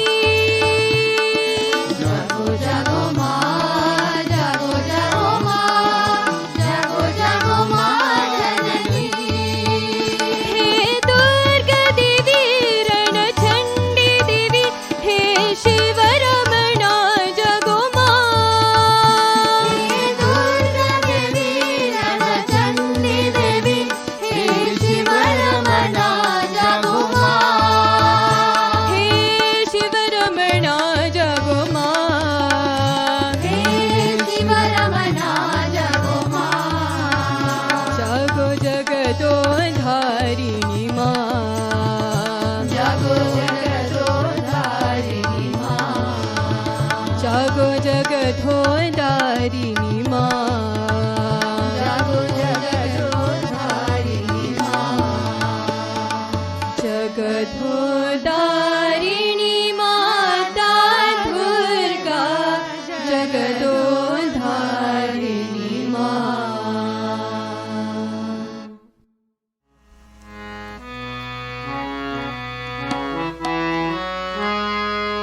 राम हरे साई कृष्ण हरे सर्वधर्म प्रिय साई हरे राम हरे साई कृष्ण हरे सर्वधर्म प्रिय साई हरे राम हरे साई कृष्ण हरे सर्वधर्म प्रिय साई हरे राम हरे साई कृष्ण हरे सर्वधर्म प्रिय साई हरे अल्लाह ईश्वर साई हरे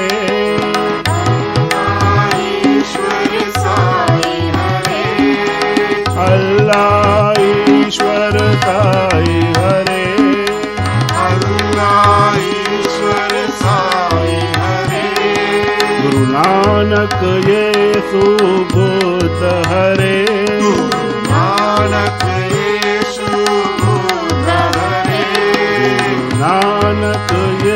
सुबुद्ध हरे नानक यीशु बुद्ध हरे सौराष्ट्र महावीर साई हरे सौराष्ट्र महावीर साई हरे सौराष्ट्र महावीर साई हरे सौराष्ट्र महावीर साई हरे सर्वधर्म प्रिय साई हरे सर्वधर्म प्रिय साई हरे बाबा सर्वधर्म प्रिय साई हरे बाबा सर्वधर्म प्रिय साई हरे राम हरे साई कृष्ण हरे सर्वधर्म प्रिय साई हरे राम हरे साई कृष्ण हरे सर्वधर्म प्रिय साई हरे अल्लाह ईश्वर साई हरे अल्लाह ईश्वर साई हरे गुरु नानक येसु बुद्ध हरे नानक यीशु बुद्ध हरे सौराष्ट्र महावीर साई हरे सौराष्ट्र महावीर साई हरे सर्वधर्म प्रिय साई हरे बाबा सर्वधर्म प्रिय साई हरे बाबा सर्वधर्म प्रिय साई हरे बाबा सर्वधर्म प्रिय साई हरे राम हरे साई कृष्ण हरे राम हरे साई कृष्ण हरे राम हरे साई कृष्ण हरे राम हरे साई कृष्ण हरे राम हरे साई कृष्ण हरे राम हरे साई कृष्ण हरे राम हरे साई कृष्ण हरे राम हरे साई कृष्ण हरे राम हरे साई कृष्ण हरे राम हरे साई कृष्ण हरे सर्वधर्म प्रिय साई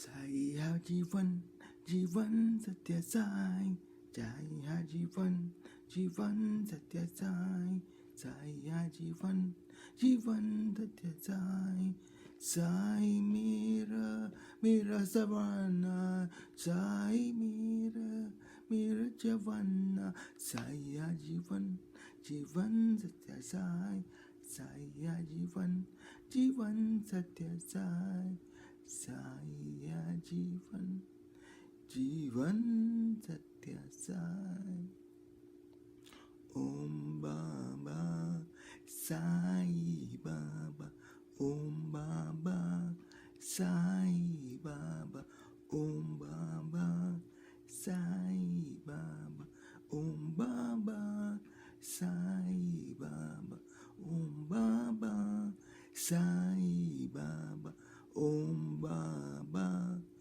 साई बाबा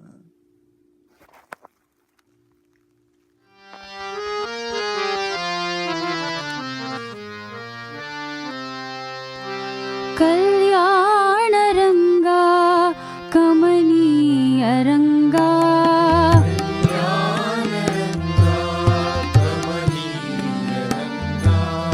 कल्याण रंगा कमनीय रंगा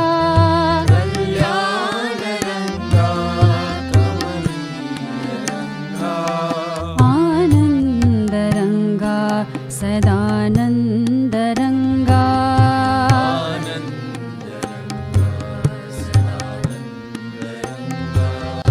आनंद रंगा सदानंद रंगा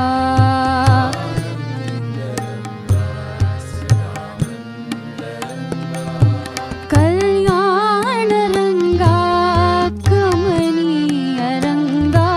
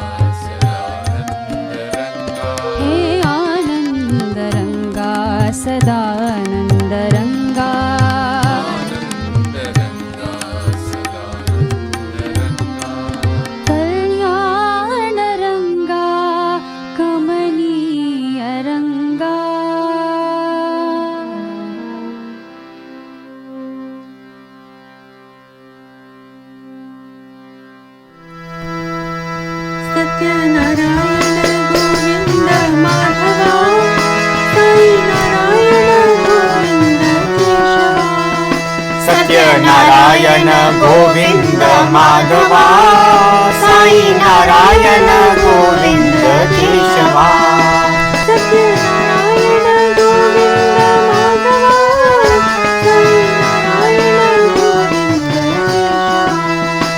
सत्यनारायण गोविंद माधवा साई नारायण गोविंद केशवा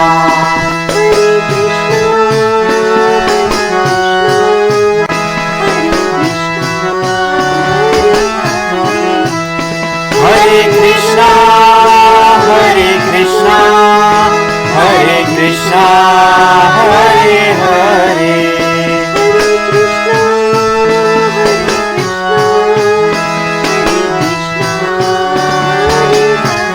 हरे कृष्णा हरे कृष्णा हरे कृष्णा हरे हरे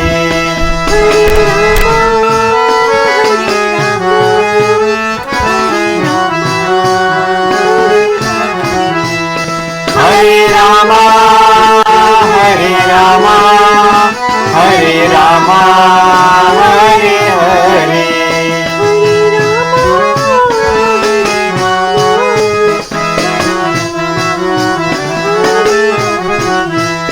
हरे रामा हरे रामा हरे रामा हरे हरे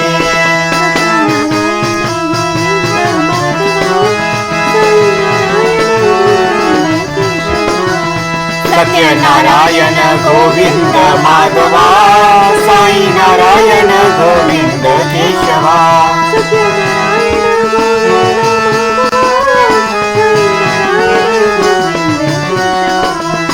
सत्यनारायण गोविंद माधवा साई नारायण गोविंद केशवा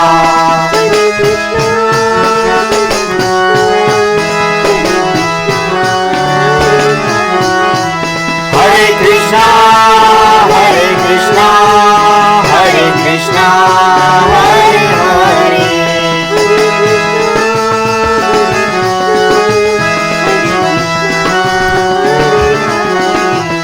हरे कृष्णा हरे कृष्णा हरे कृष्णा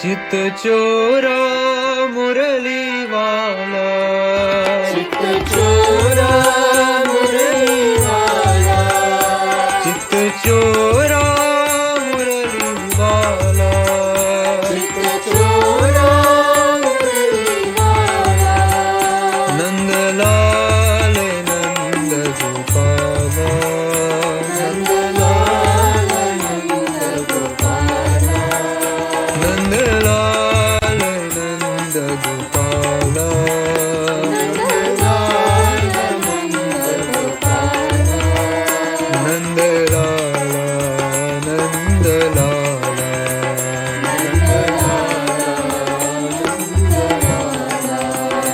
नंद लाला नंद लाला,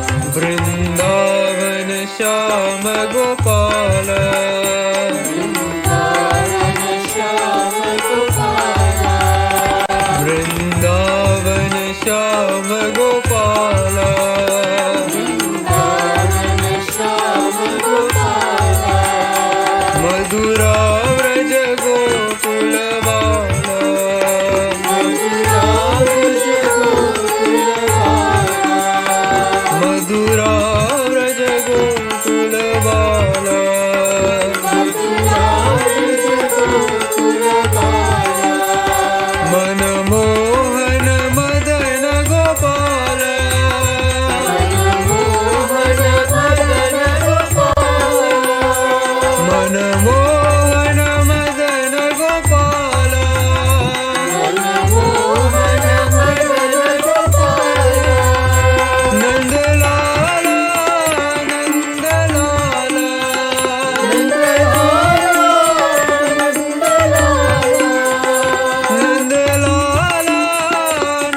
लाला, नंद लाला नंद लाला, नंद लाल नंद गोपाल, नंद लाल नंद गोपाला, नंद लाला नंद लाला, नंद लाला नंद नंद लाला, लाला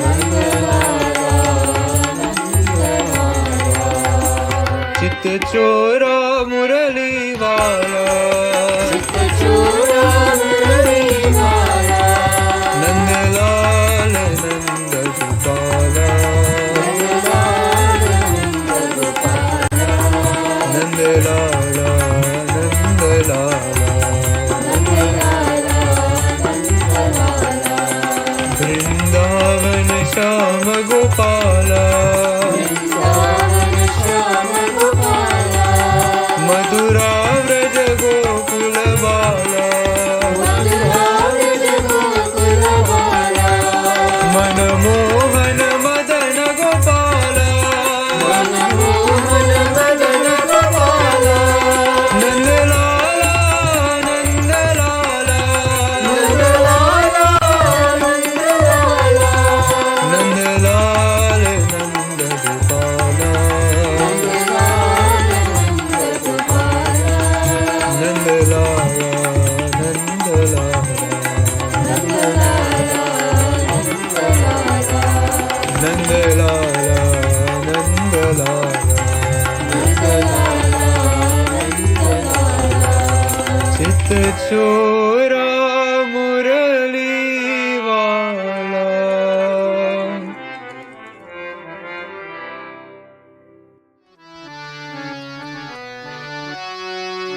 अखिलांड कोटि ब्रह्मांड साई, अखिलांड कोटि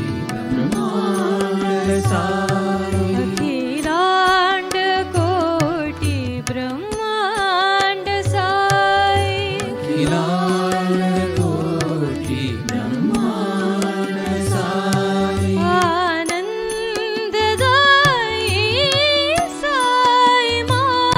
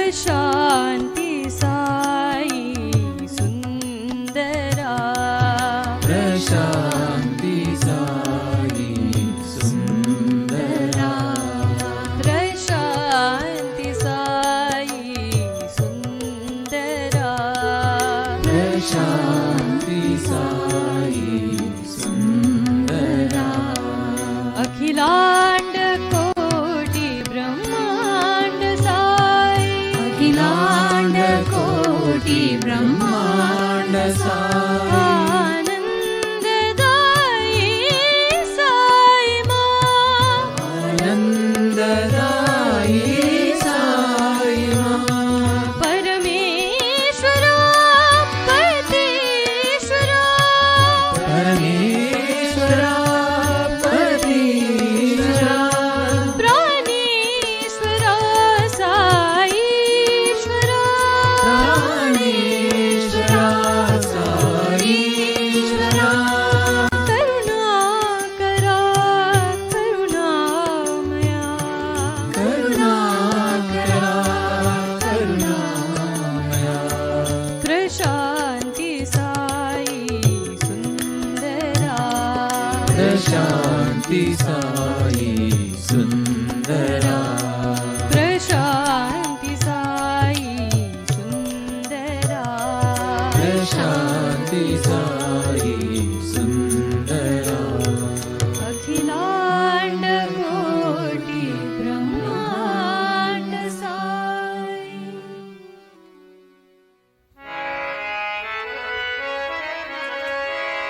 हे दीन दयाळु साई राम राम हे दीन दयाळु साई राम राम हे दीन दयाळु साई राम राम हे दीन दयाळु साई राम राम परम कृपालु साई राम राम परम कृपालु साई राम राम परम कृपालु साई राम राम परम कृपालु साई राम राम साई राम राम राम राम साई राम राम राम राम साई राम राम राम राम साई राम राम राम राम हे पतित पावन साई राम राम हे पतित पावन साई राम राम हे पतित पावन साई राम राम हे पतित पावन साई राम राम भक्त वत्सल साई राम राम भक्त वत्सल साई राम राम भक्त वत्सल साई राम राम भक्त वत्सल साई राम राम साई राम राम राम राम साई राम राम राम राम साई राम राम राम राम साई राम राम राम राम हे दीन दयाळु साई राम राम हे दीन दयाळु साई राम राम परम कृपालु साई राम राम परम कृपालु साई राम राम साई राम राम राम राम साई राम राम राम राम साई राम राम राम राम साई राम राम राम राम हे पतित पावन साई राम राम हे पतित पावन साई राम राम भक्त वत्सल साई राम राम भक्त वत्सल साई राम राम साई राम राम राम राम साई राम राम राम राम साई राम राम राम राम साई राम राम राम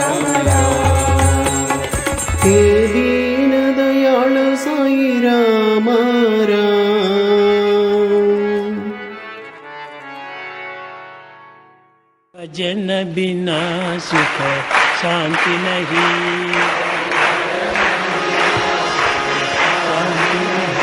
हरि भजन बिना सुख शांति नहीं, हरि भजन बिना सुख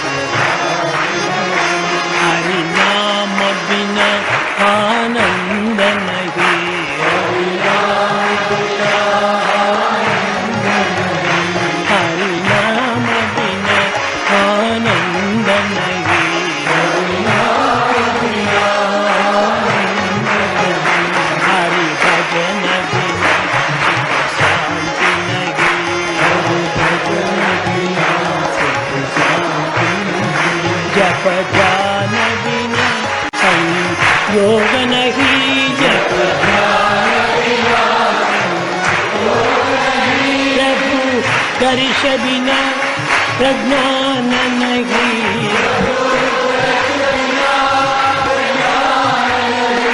जय धर्म बिना सत्कर्म नहीं,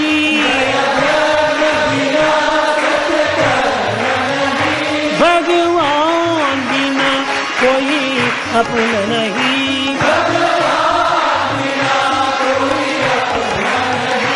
हरि नाम बिना परमात्मा नहीं,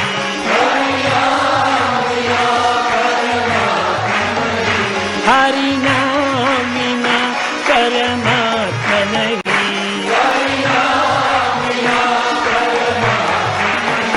हरि भजन बिना सुख शांति नहीं,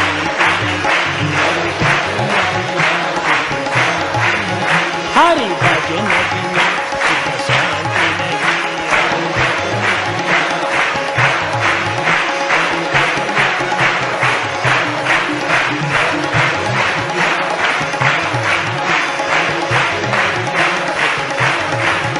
हरि नाम बिना आनंद नहीं, हरि भजन बिना, हरि भजन बिना, हरि भजन बिना सुख शांति नहीं।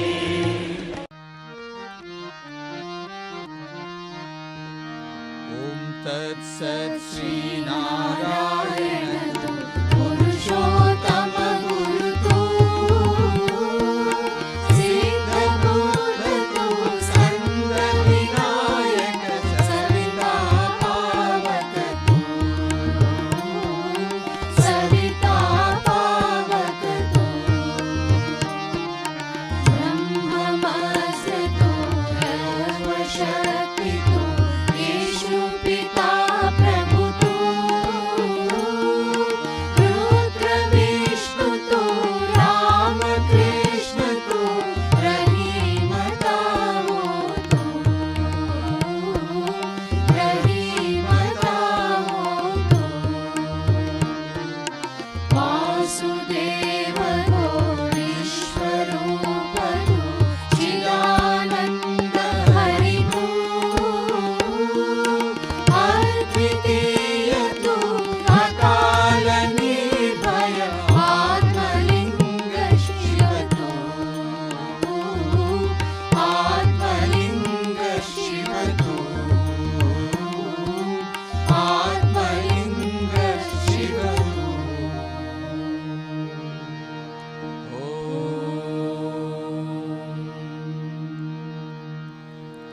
शान्ति शान्ति शान्तिः।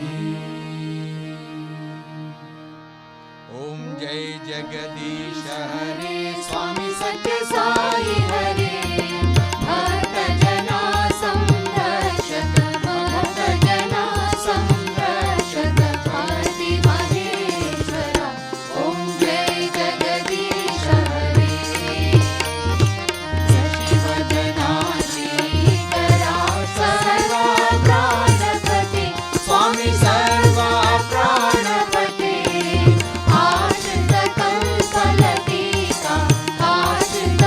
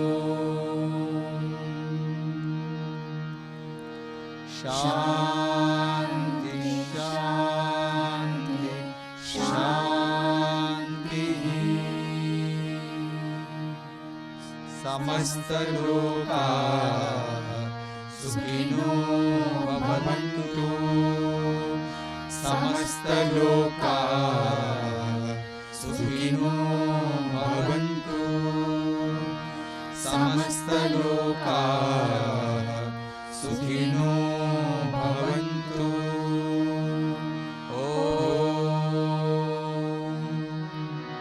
शान्ति शान्ति शान्तिः। जय बोलो भगवान श्री सत्य साई बाबा जी की जय, श्री साई महाराज की जय, साई माता जी की जय। परमं पवित्रं बाबा विभूतिं परमं विचित्रं लीला विभूतिं परमार्थ इष्टार्थमोक्ष प्रदातं बाबा विभूतिं इदमाश्रयामि लीला विभूतिं इदमाश्रयामि sacred ash miraculous Baba's creation flowing from his blessed hands holy creation granting us the greatest wealth God's divine protection Leela with Baba grant us liberation Paramam Pavitram Baba Vibhutim Paramam Vichitram Leela Vibhutim Paramartha Ishtartha Moksha Pradatam Baba Vibhutim Idamashrayami Leela Vibhutim Idamashrayami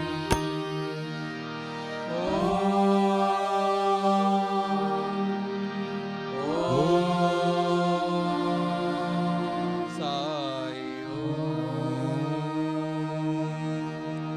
Brahmarpanam Brahmahavir Brahmagno Brahmanahutam Brahmaiva tena gantavyam Brahma karma samadhina Aham Vaishvanaro bhutva Praninam dehamasritah Pranapana samayukta Vachamyannam chaturvidham